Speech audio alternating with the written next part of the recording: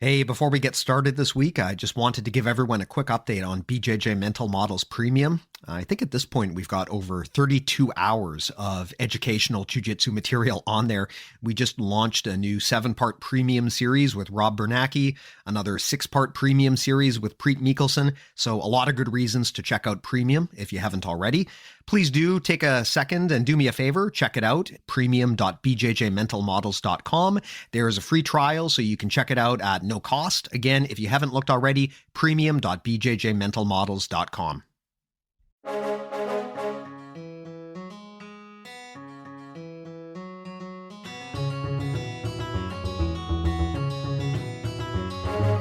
Hey, welcome to BJJ Mental Models episode 170. I'm Steve Kwan.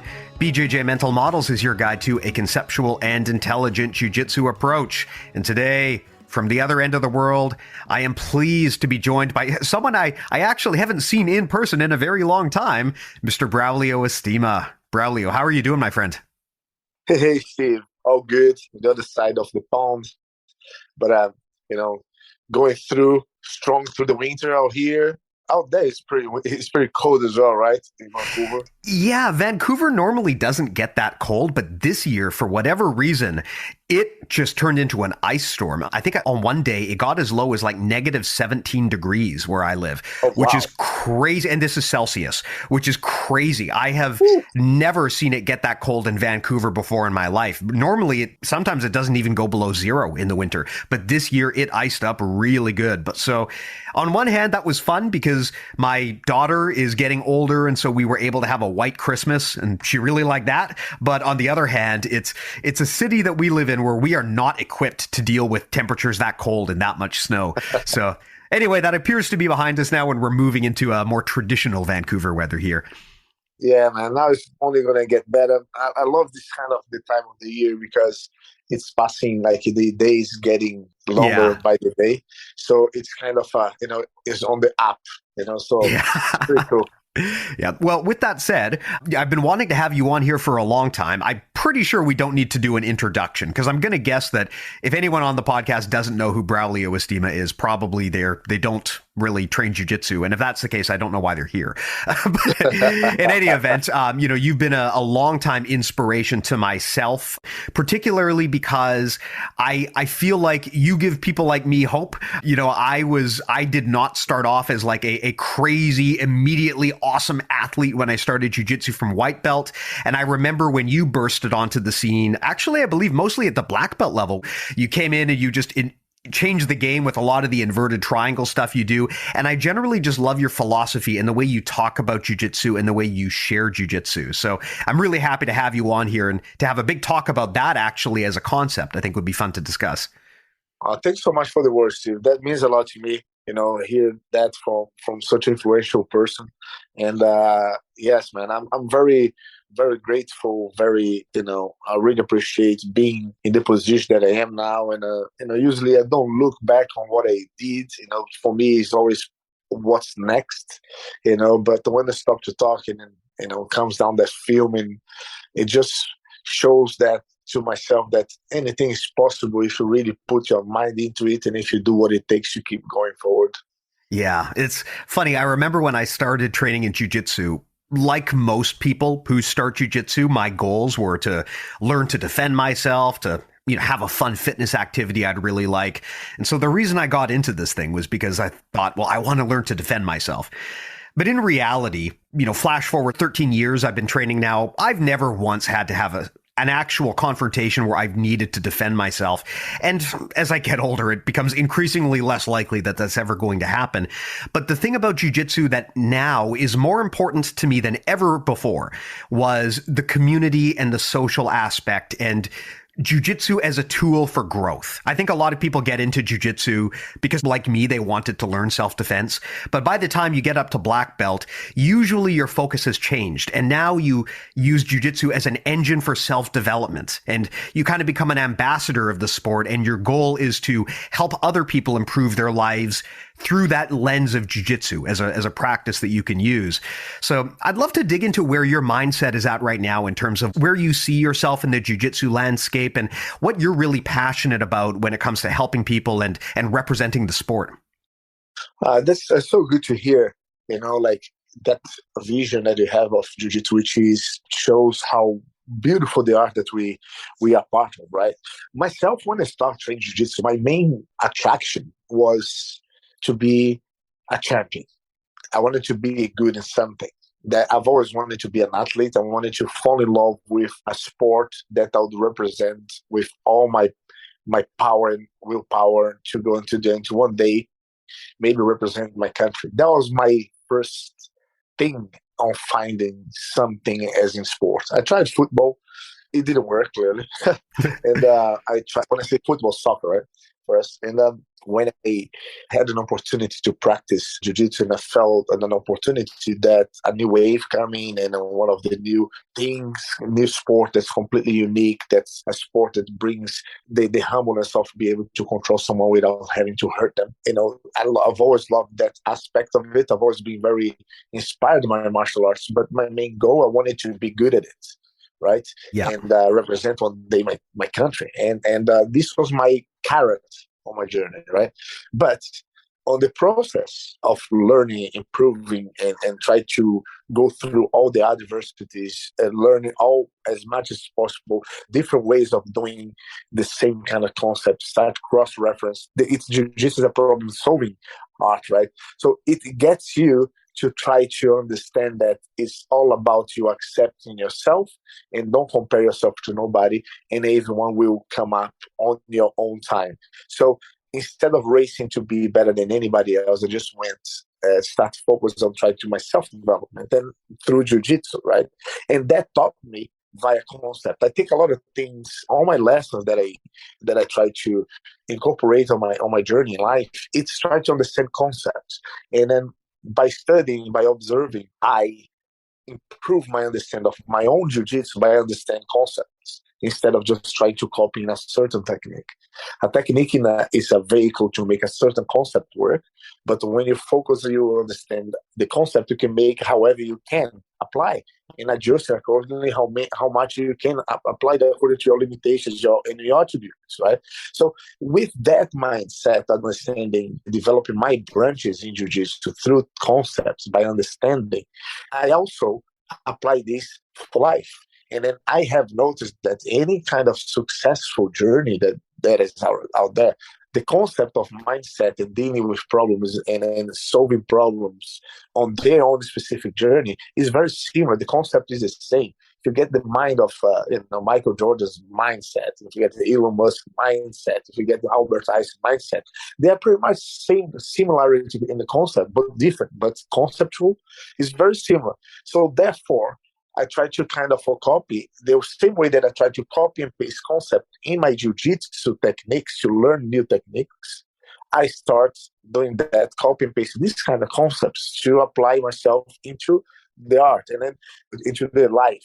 And I feel that there's so much to improve because it's not only known, but put into actions, right? And that's it, like jiu-jitsu, my character was to be a champion, but towards that journey, I learned a lot, so much about myself, about what really matters in life, and this I'm trying to use my journey to prove a point that is possible with all about how much you really want it and how much you put in practice things that you learn instead of trying to copy anybody.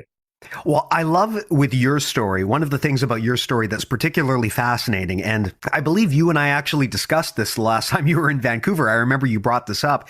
One of the things that I think people find particularly inspiring about your story is you really burst onto the world scene, I believe at black belt, correct? And I'd love to understand that and what that process looked like to you and what changed that allowed you to kind of leapfrog up to the point where you started racking up those big wins when you got the black belt. Yeah, I mean, when I started training jiu-jitsu, there was a lot of limitations in my area where I used to train. So there was no black belts in my area. The closest black belt was away like 2 and a half hours away by plane, which was real, right? So access to information back in the day. There was no YouTube, internet, or anything else. It's all about like whoever goes to Rio, get a little bit of a source of technique, come back home and apply it, and spend 6 months studying and training and developing whatever we could get that amount. The technique that we developed from Rio. Now, when I had that mindset, so I had in Brazil, it's not easy to live, right? I had I always been trying to be cautious. I came from academic family, so the pressure to have a degree in university was always there. Nobody has been an athlete in my family on either side, and even like far sides. So it was a lot of pressure on me, but at the same time, I really kind of start to understand that what's the point of spending your time doing something that you don't really feel like doing it. It becomes like a prison. I wouldn't be happy. I would rather mediocre money doing what I love. At least I will be happy doing what I want to hang it out. I want to be doing things as long as it's sufficient to fulfill my life, right? But I was doing production engineering but just for the sake of the degree, right? And then up until the brown belt, I was like, I remember that I used to have a half a scholarship at a university in Recife, and the other half of the scholarship I had to pay with my work that I used to work a part time between 8 and 12 o'clock in the morning. So I used to wake up at 7 o'clock, go to school in the morning to work, so I could pay half of my scholarship, and then come back home and by 1 o'clock have dinner, have lunch, have do my studies, and do my training from 4 o'clock until 5:30, and I already go straight away from the training session, which wasn't the hardest training session at the time because I was limited between work and university. So as soon as I finished 4 to 5:30, straight away to university to get at 6 o'clock start my class until 10 p.m.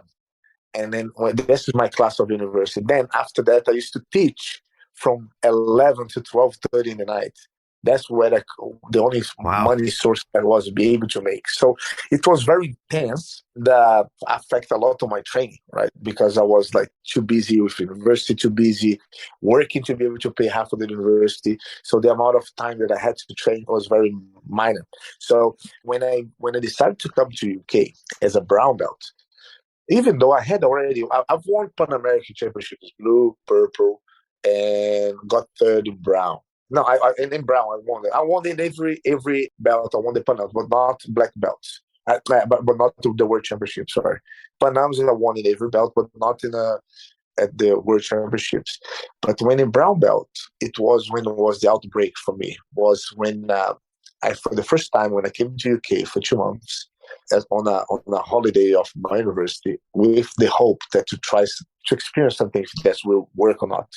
And I came here. Roger was here at the same time, so we trained together every week for 2 months. For the first time, I actually only dedicated my whole time for jiu-jitsu. That was in 2002, beginning 2003.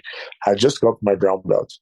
And I remember that time, for the first time I worked out, like I did weights for the first Yeah. time. I was 23 years old, 22 years old. Then I went to the Pan Ams and I won. Weight and absolute, winning all fights by submissions. All the fight together was 5 minutes and 24 seconds. Like that was crazy. 7 fights in 5 minutes and 24 seconds. So it was the confirmation that I was on the right way. That if I focus 100% on the jiu-jitsu, I could go. And that's what was when I unleashed everything. That's why I'm going to carry on doing that. This is what I found happiness. So I will explore the jiu-jitsu here in the UK. Back in the day, jiu-jitsu was very rare.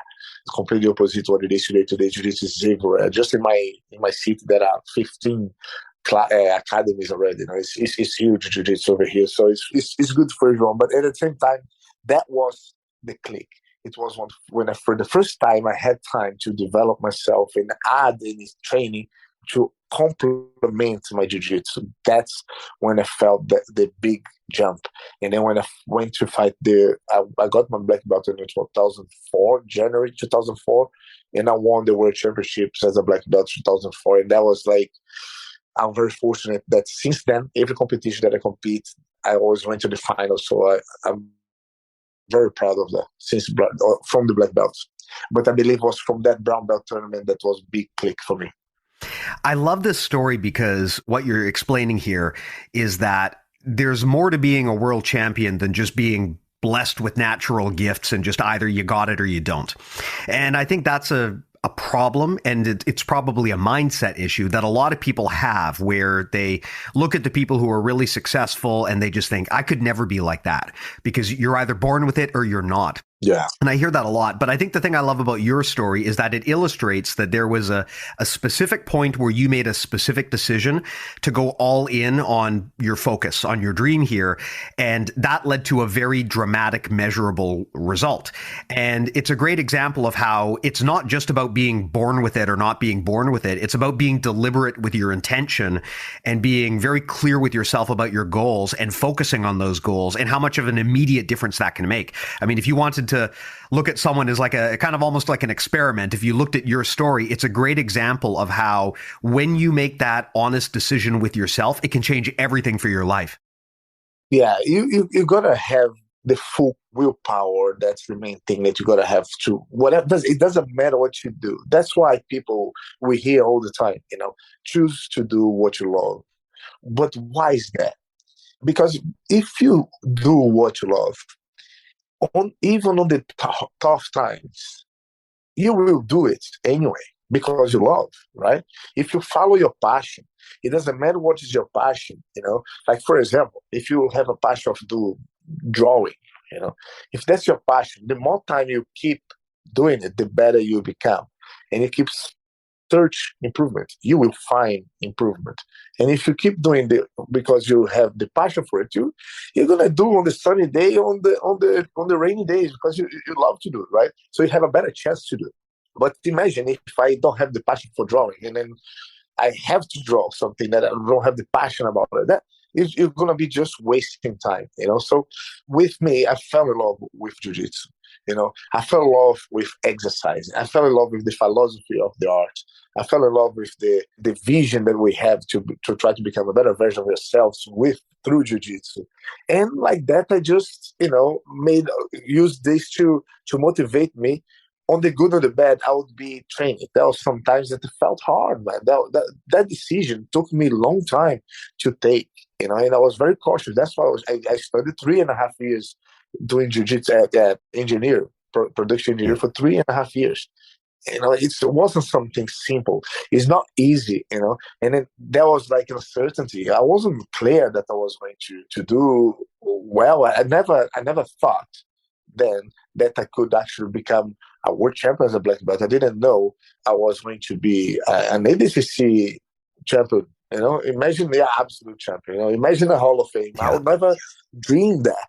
But that's one of the main lessons that I took, Steve, was when I remember that I used to, when on the first time that I thought I was going to get my blue belt, it was in a tournament. Like there was a seminar, as usual. There's a seminar, you go there and there is a grading in, right?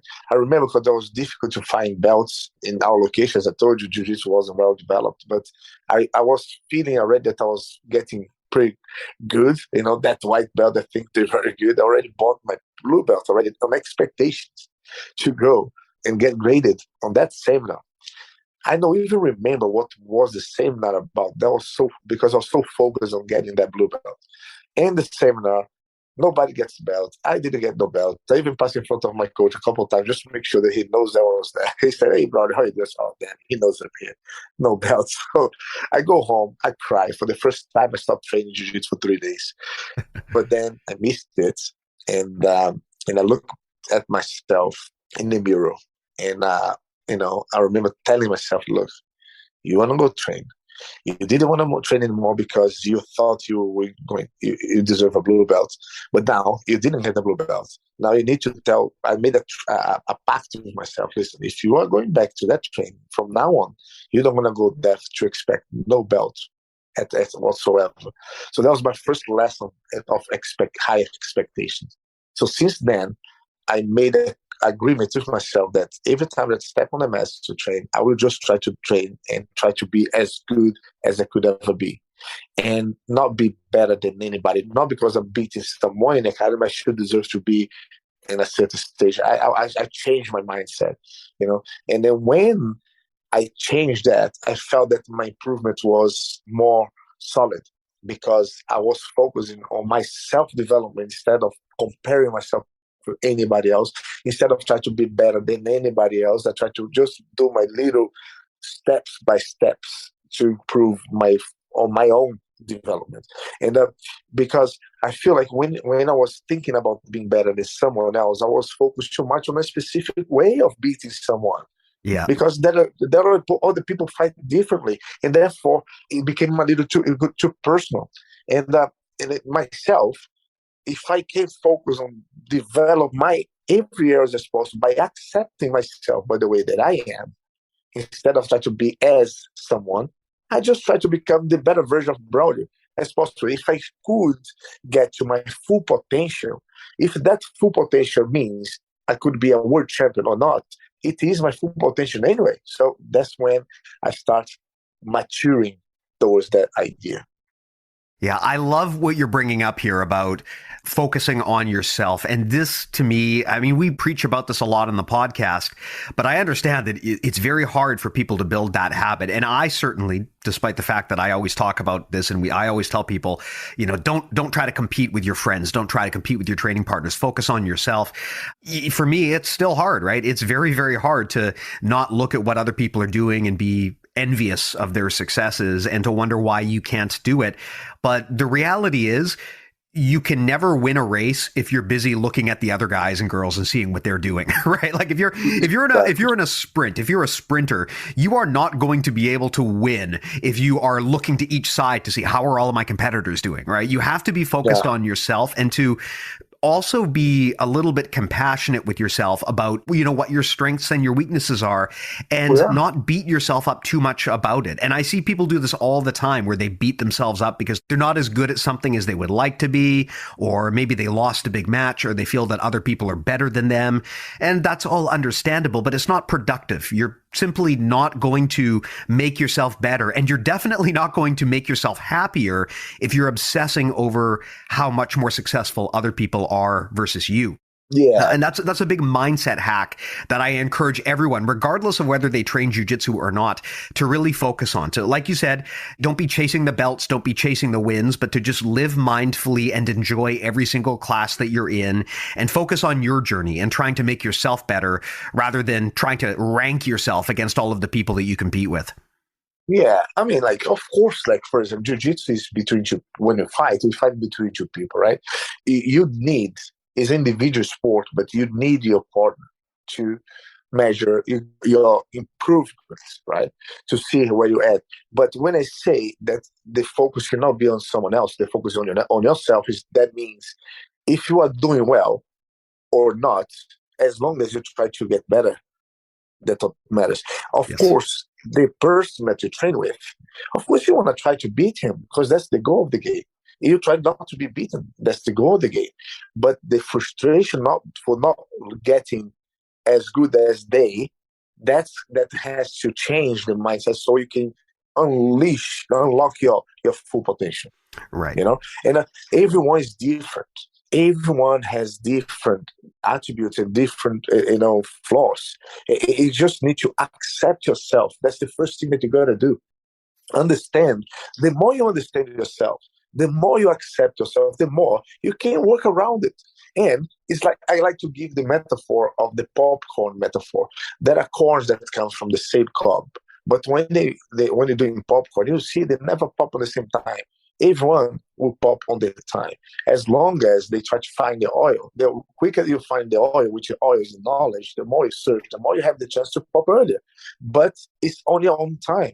And it's like the Matrix, like when I say the Matrix, like Neo. Now, Neo is the one, right? So it's everyone in the world. He is the one. They just need to look for it. Instead of finding someone else and something else, you need to look towards you. And you can only be the one if you understand yourself. Because you can, in jiu-jitsu especially, you can never manipulate someone else if you don't know how to manipulate yourself in the first place. Yeah, that's a good point. It makes a lot of sense. Now, Something I would ask you about, you talked about how at some point in your life you made a deliberate and conscious decision that you were going to go all in on jujitsu. And for a lot of people, I think they struggle with that decision. I always tell everyone, look, everyone should try jujitsu at least once. Not everyone is going to fall in love with it. Obviously, some people like us will, absolutely. But there are going to be people who try it and they say, hey, you know what, it's just not for me. That's fine. As long as you tried it, I forgive that. That's not a problem. But there's also a second transformation later on for a lot of people where they've been training for a while and they love jujitsu and they have to at some point make a decision about what is the role of jujitsu going to be in my life? Is it a hobby? Is it something I do for fun, to relieve stress, as a secondary activity to the other things that I do, something that just improves my quality of life? Or is this going to be my career? Is it going to be my focus and my dream? And I have heard a lot of people, my brother included, who have had the exact same nerve-wracking experience as you, where they had a plan for their life. They had a career they wanted to shoot for. They'd invested heavily in it from an education and a time and a money standpoint. And then they discovered jujitsu. And they had to decide if they wanted to abandon what they had built so far and switch tracks to focus on jujitsu. And that's not an easy decision for people to make. But I'd love to know, as a mentor in this community, what do you say to people when they have that battle? If they say, like, look, Braulio, I love jujitsu, but man, I've spent the last 15 years working as a lawyer, and I like being a lawyer, but I'm thinking jujitsu, I kind of love it maybe a little bit more, but I'm scared. What do you tell people to help them make that decision about whether they should or shouldn't switch their focus to a career in jujitsu? Yeah, this is a difficult one, right? Because every decisions and choices that we make, it can bring a lot of responsibilities, right? So my advice is to try to think what brings you happiness.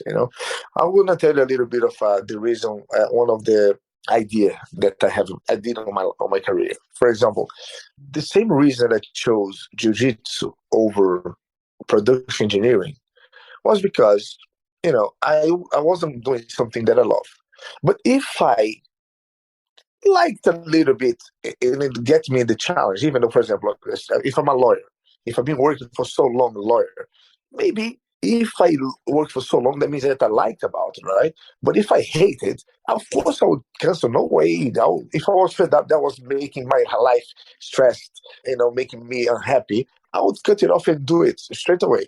Or if I like a little bit, I do according to the amount of what I like. You know what I'm saying? Like, Yes. because jiu-jitsu for me, is fun, and it's an amazing character development.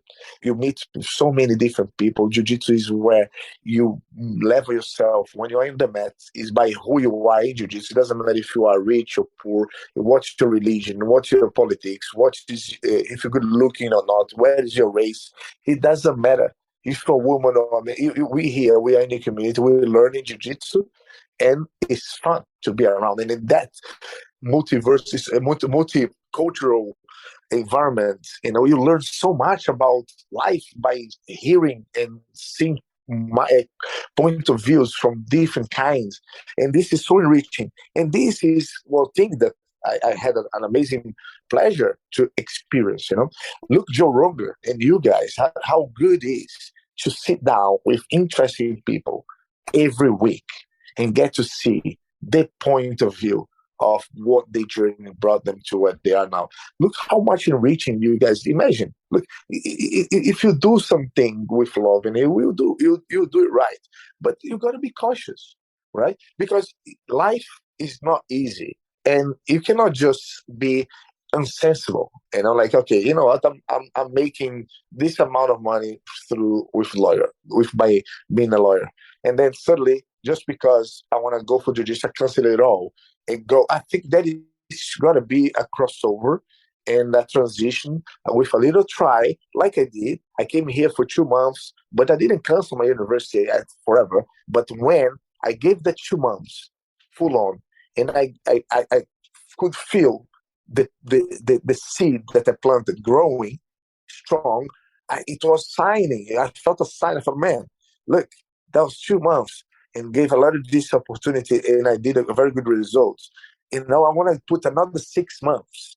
And then the 6 months, you know what, oh, man, I'm not coming back. What's the point? I'm already in a much better place than I expect. That's how you got to go with the flow and feel. But I never go like, for me to go all out, I had to experiment, you know, to kind of feel that this is I am going on the right direction. And I was feeling through my experiences that there was signs showing me, okay, I have a chance. I have a chance of being a competitor. But don't forget, jiu-jitsu, I wanted to be a competitor. You know, when I started jiu-jitsu, the only way that you could be successful with jiu-jitsu was only by being a competitor. There's no other option. Nowadays, jiu-jitsu, you can use jiu-jitsu for, man, for so many kinds of ways and make your life about it. So you can open an academy. You don't need to be a world champion to open an academy. In fact, when you have a world champion academy, that actually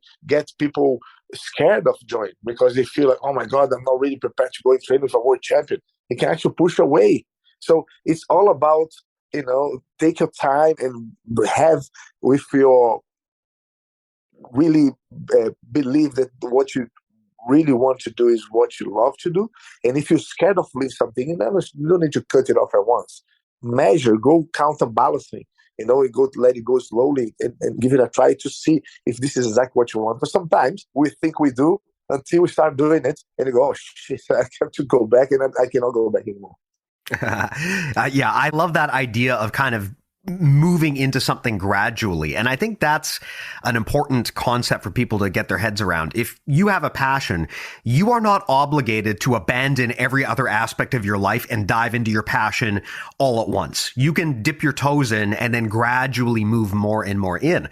Yeah. My brother was a professional chef and he discovered jiu-jitsu because when I was younger, I joined a gym. I started training jiu-jitsu, fell in love with it, told my brother about it. He joined, also fell in love with it, got his black belt. And then he thought, at some point he really wanted to do this professionally. He had kind of fallen out of love with his real job, being a chef, and he'd fallen more into love with jiu-jitsu.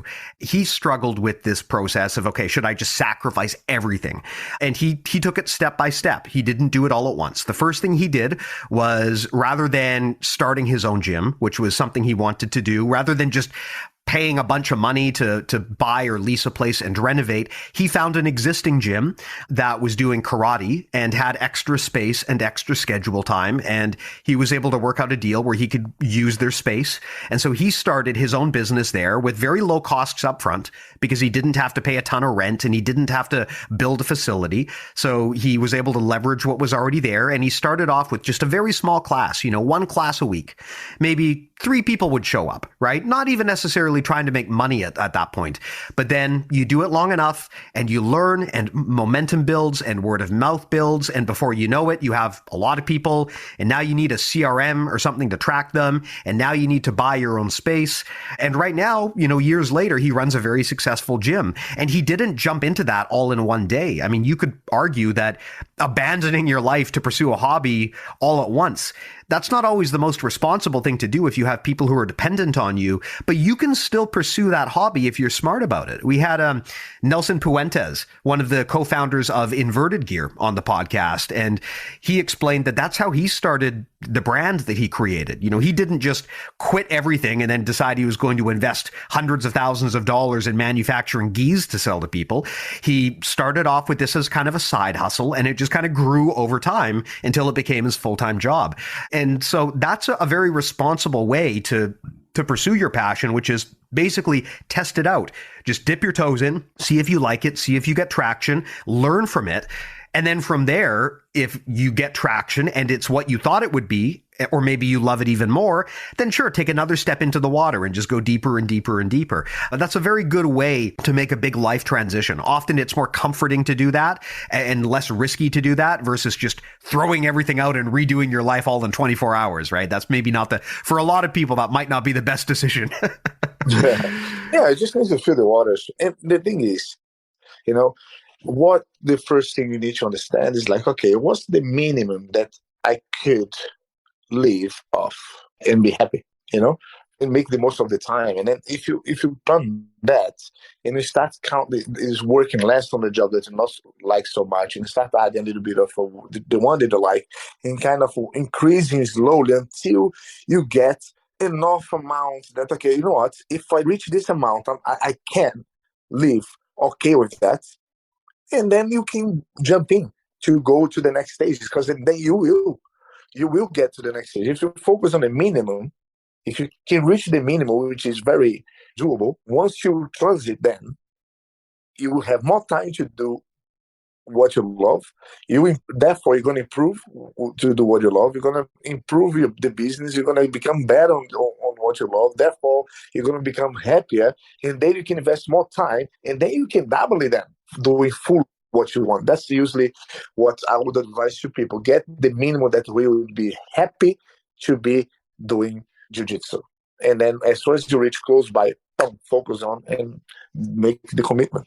Yeah, I think that's important as an exercise for people to do whenever they're planning a big life change, which is to really ask themselves, what really is the worst that could happen? You know, what do I have to sacrifice here? What really could go wrong? Because a lot of the time people catastrophize a bit, and that's just human nature. They think things are going to wind up worse than maybe they actually would.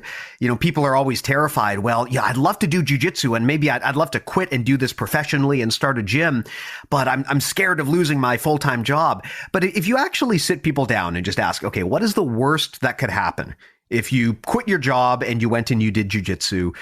Think about it. Like, realistically, yeah, it might impact your finances in the short term. It might add some stress in the short term. But are you really actually screwing yourself as bad as you might be worried about? Probably not. There's a good chance that you could go back into the industry that you came from and get another job if you wanted to. I mean, yes, you might have to drop a few steps on the ladder and climb back up again, but probably it's not going to set you back as far as you worried it would.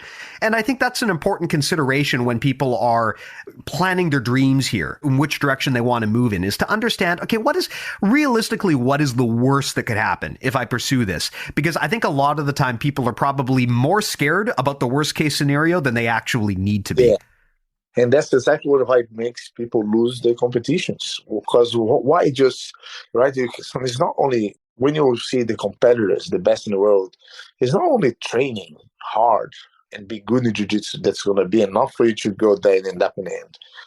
There's a lot of mindset, and then it's according to the time, the day, the mindset that you are, how much was your train, how much visualization, how much you put your time into it, how much you put your mind prepared for that competition. Because one thing is not enough.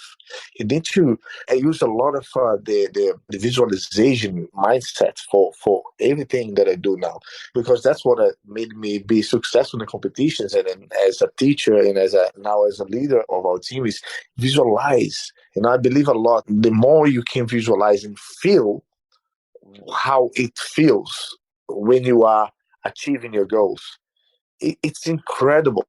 I remember when I was fighting and preparing myself against Jacare, it was one of the biggest challenges I ever had, because I had fought Jacare 4 times previously and not even scored one advantage on him. And I had this fight booked for 2 years to come. 1 year before the fight, I got an injury on my neck that made me tetraplegic.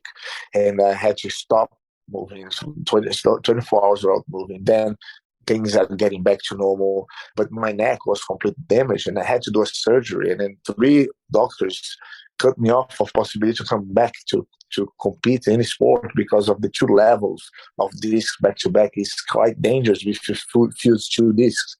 And on the 4th doctors, I went, Mr. Dr. Hamlin in London. He's put a rugby player back into the league in the same situation. I said, I like this guy. So when I did the surgery, Steve, 8 months before the fight against Jacare. So Wow. basically, I had 4 months without training or doing anything, recovery from the surgery. So therefore, I had 4 months to get back myself, to be as good as I could ever be, And that was worse than before I was in the surgery. So I had 4 months. And, to be able to beat a guy that not even scored an advantage. and got there, on the 30 minutes fight, and I beat him. So if I could remember, I every single day I was thinking about that fight. I went to talk to the doctor to find also the solution for my neck because of that fight. When the accident happened to me, the first thing that came to my mind was my kids, that I couldn't. Oh my God, and I won't be able to pick up my kids. Oh my God, it's over. Oh no, I fight against Jacaré, because that's what I really put on my mind too. Because I really wanted to prove to myself that I can be one of the best in our generations, because I put so much time into it. And when I went to the surgery, I feel myself before and after, because I was visualizing. And every time that I was waking up to go to do the physiotherapy, to do the stretches, and then when I started doing the weights for the first time, when I was going to my personal trainer could only fit me in at 6:30 in the morning. And I am not the morning person, but every day I woke up that I didn't want to wake up, but I didn't give the opportunity for me to regret for not doing it. And I was thinking, living an experience. I remember every time that I trained, I put my hands up and I could visualize the sweat on my mouth, and the blood of taste, and then feeling the victory in the end. And it was so surreal that when I shake hands with him in the middle of the fight, I was kind of daydreaming. I was like, oh my God, I cannot believe this is happening right now. It's so incredible because I visualized all of that. I visualized the strategy. I visualized everything. And then that made a big difference. I believe a lot of that. The universe kind of conspires about it. And then with that concept, it worked, as I said again, that's how I learned things, right? This made me prove that it's possible for that guy to be able to come from a surgery and be able to be the biggest rival on those circumstances. The visualization and the feeling of it and all that was a big impact. So I use this concept for everything else I do nowadays, and then it proves right. When I do focus on my new academy coming, I think about, I'm gonna have this vibe. We're gonna have, the class is gonna be booming. It's gonna have a lot of happiness in the academy. We're gonna be able to help so many kids, so many adults, to helping people to have a track in their lives, help people to become a better version of themselves. And I visualize it, and I believe it, and I can feel the positive impact that goes to the community around. And that's why, I believe that if you have that, is the difference between being the champion and not the champion in jiu-jitsu and in life or in anything you do. Do you have any pointers or suggestions for how to visualize? Because I find the science of visualization to be really fascinating. And I think, everyone, I think, knows that it's a good practice to have. But I'd love to know, do you have any techniques or a process or a way that you visualize that you find really helpful?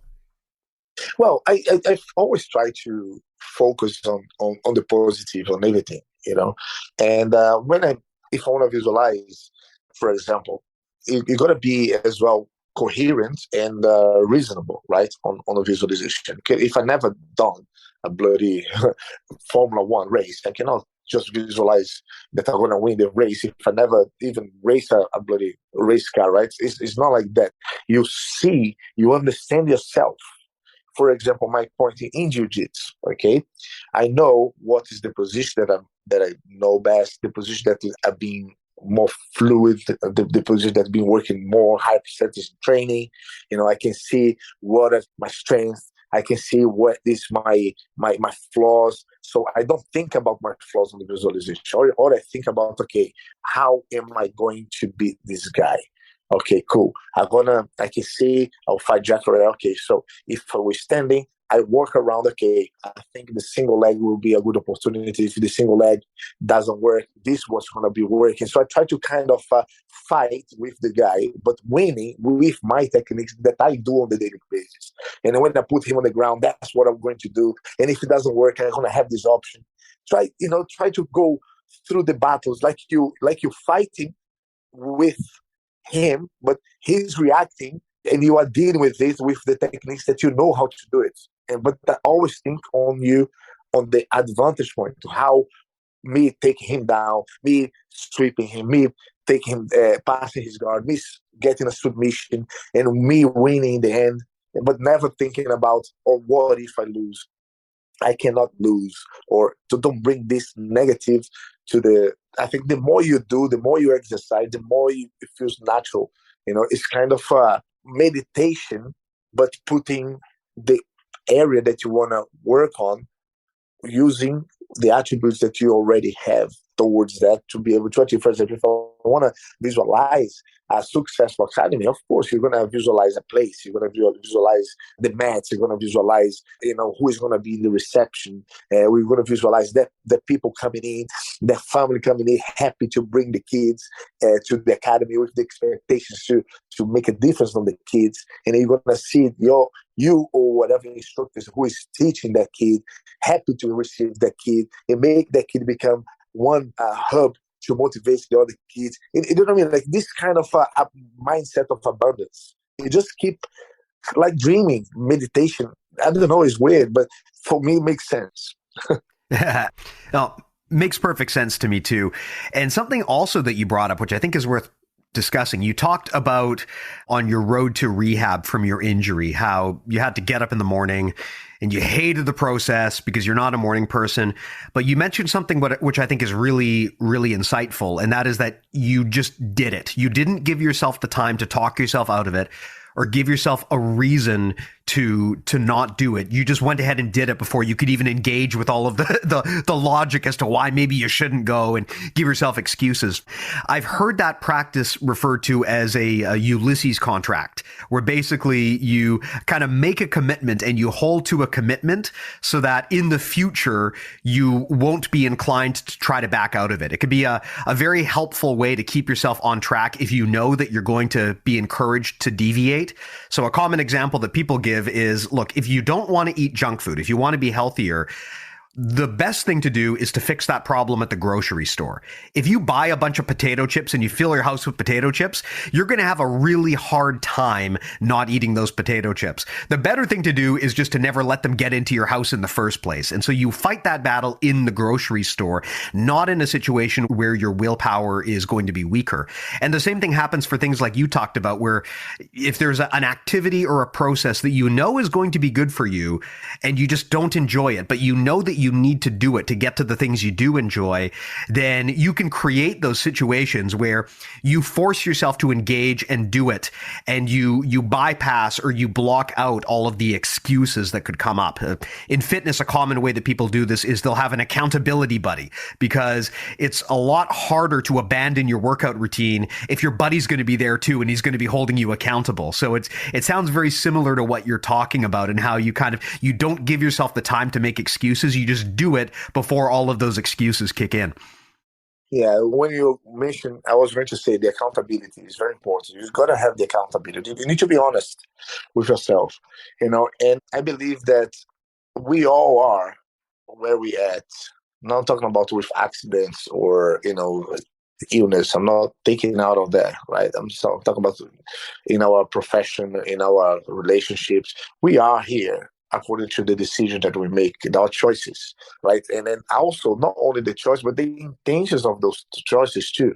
And I've always been very worried of regret for something that I didn't do. I'd rather regret something that I did than regret something that I didn't do. And then because I was here isolated, I knew that my neck wasn't 100%, and I knew how hard I had to train, and I didn't want to give it the opportunity for, according to my body level, that I couldn't train any less or anymore. I want to train as much as I could to don't feel that I didn't do something enough.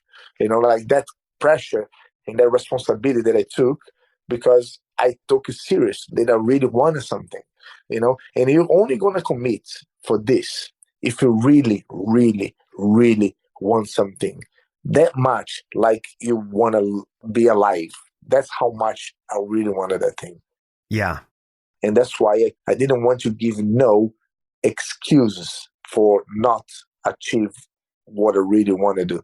Whatever was going to be there for me to take, I would go through it, because the meaning of how much I really wanted to win that fight was bigger than anything that would stop me from training. Yeah, yeah. Now, I think a common misconception that people have about following your passion, and we've talked so far about finding your passion and following that and working towards your dreams. I think a common misconception people have about the things they love is that it'll always be good times. And that's just not the case. If you have a long-term relationship with anything you love, whether it be an activity or a person, if you're in that relationship for long enough, there's going to be bad times as well as good times. Yeah, and I don't think people are ready for that often. I mean, you know that when people start jiu-jitsu at white belt, they just have ridiculous amounts of enthusiasm for this sport. But once you've been doing it for 5-10 years, something's going to happen at some point in your life where you're going to lose that love. It's going to not be as intense as it was in the beginning. And something that I've heard you have done before for people is help them rekindle that passion. In fact, we had a person in our community who talked about this, and I specifically, I won't name names because I don't want to violate anyone's privacy, but I'd heard of specific stories where someone had kind of fallen out of love with aspects of the sport, and they talked to Braulio about it, and that helped them kind of rekindle the fire. And I'd love to get into that with you because as kind of a senior leader in this space, I'm sure this happens a lot with you. What do you do or say to people who are at that point in their career where maybe they're having a bit of a crisis of confidence? They've been doing it for a long time, or the excitement of jiu-jitsu has kind of waned for them. How do you help them rekindle that passion? Well, the contrast is important for any, development.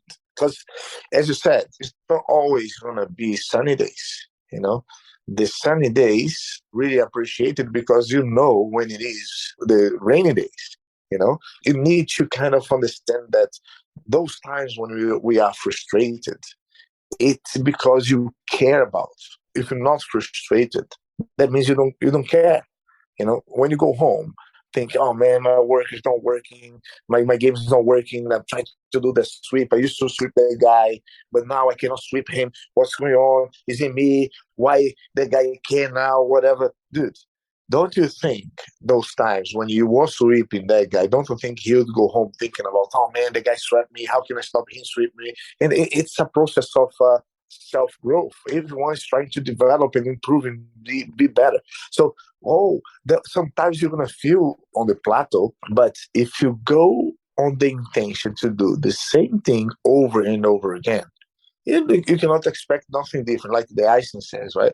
You cannot expect nothing different if you're doing the same thing over and over again. And every change requires you're going to be uncomfortable. And then you go through a time that is tough. Is this transition could be if I keep doing the same game as I do, and someone clocks that game and don't let me do anymore. Therefore, I either change or carry on doing the same thing and be frustrated for the rest of my career and stop. Yeah. So you got to be able to move and adapt. The same thing, like if you try to improve in different areas that you've never done before, you also want to feel a little bit frustrated because you're no longer doing your main game. But on the process of you develop a new thing, you're going to go through a tough patch, but that will make you understand that as long as you keep searching. If you stop searching, the fire gets lower and lower and lower. And that's why am I so passionate when I train jiu-jitsu for 25 years? Why am I still passionate as ever? Why? Because I'm always there searching. I always try sharing. And one thing that it made a huge difference on my learning, even as a competitor, it was sharing with my training partners, sharing with people that I used to train with. By sharing, I automatically drill and over drill that technique on my own brain. And when people ask me questions, I always try to figure out the reason why I do it, and I show them the why. The more I tell them the why, the more I understand even things that I didn't even notice that I was doing. Then I understand myself even better. And then when I understand the concept, then I can copy and paste in areas that are similar, but with the concept that was clicked by someone asking me a question that I knew the why. And that, man, it's beautiful. Like when you have the mindset of sharing, because you're only going to be frustrated, Steve, If you're only going to be losing the fire, if you go to the academy, try to do your technique, and you're not being successful, you feel bad about yourself, and then you go home, oh, I'm just tired, all broken. But if you don't, what was your add up on that day for you? Did you try to do something new? Did you try to help anybody? Did you try to ask about anything? You need to, we say in Portuguese in Brazil, like, if you search, you will find, you know? And for me, sharing is one of the most important aspects of my learning, you know? And then I believe this movement of the appreciating each other and giving back to each other. Like, for example, by you sharing to someone doesn't mean that you're not going to grow. You're going to grow too, but you're going to grow even stronger. And people will also have feedbacks of what you're teaching. I mean, you're going to learn more.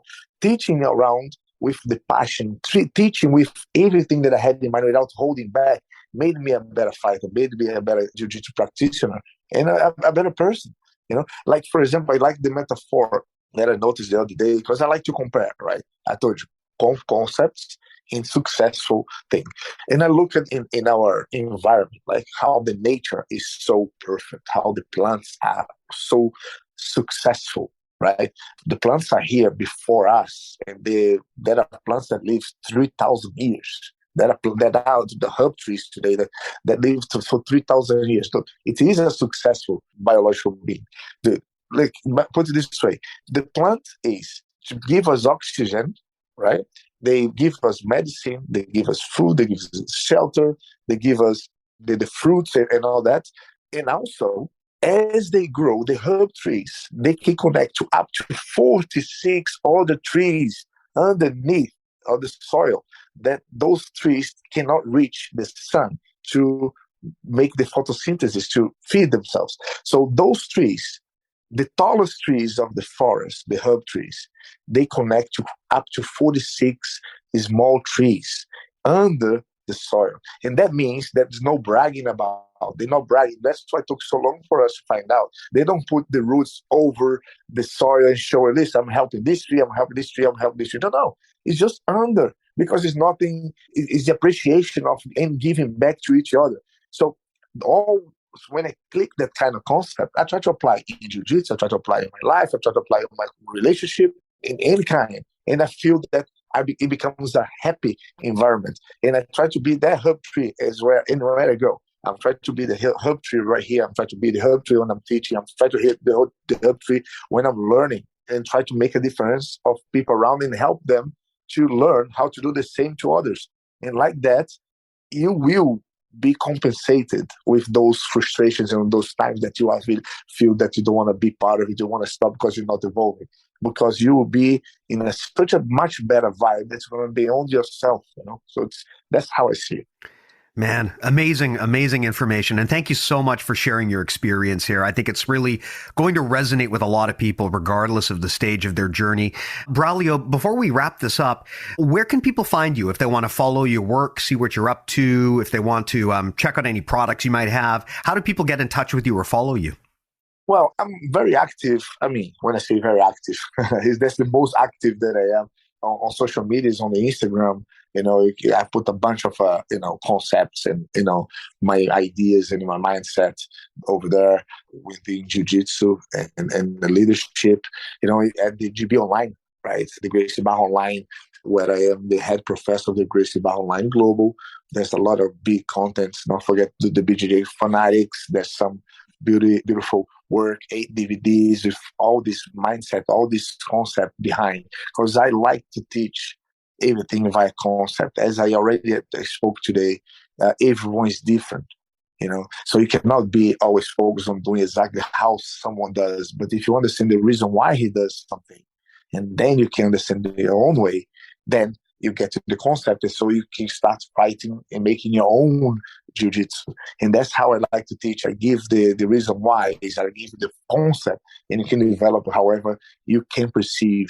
And I think it's very unique. I've been getting a lot of good feedbacks about that, and makes me really happy and motivated to carry on doing it. Awesome. Well, thank you so much. And of course, to anyone out there, I highly recommend you check out Braulio's work. So if you're not already following him, definitely recommend you give it a shot. And for people who want to get in touch with us, we're pretty easy to find. Just go to bjjmentalmodels.com.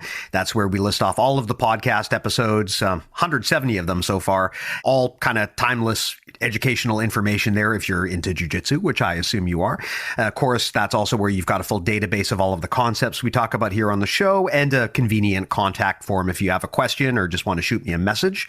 And beyond that, if you want to dig deeper into jiu-jitsu with us, you can go to BJJ Mental Models Premium. That's the best way to support the show and to really take the information that we share here and structure it into a course that's custom tailored for you. There's a ton of premium audio stuff there, as well as direct coaching and access to our awesome Discord community. So please do give it a shot. Premium.bjjmentalmodels.com. There's a free trial, so you can check it out at no cost. And I really would like to thank everyone who does. It keeps the show afloat, and I greatly appreciate everyone investing in us. So, Braulio, thank you again so much for coming by. I greatly appreciate it and really looked forward to having this chat. And man, it totally over-delivered. I had a fantastic time catching up with you. Man, likewise, Steve. Look forward to catch up face to face soon in Vancouver. All the best, all the success, even more for you on this year. Well done for all this beautiful work to be sharing and helping people to get a little bit of a direction in their lives through jiu-jitsu on this podcast. Pretty cool. And thanks for the invitation. And yeah, all the best for everyone who's listening.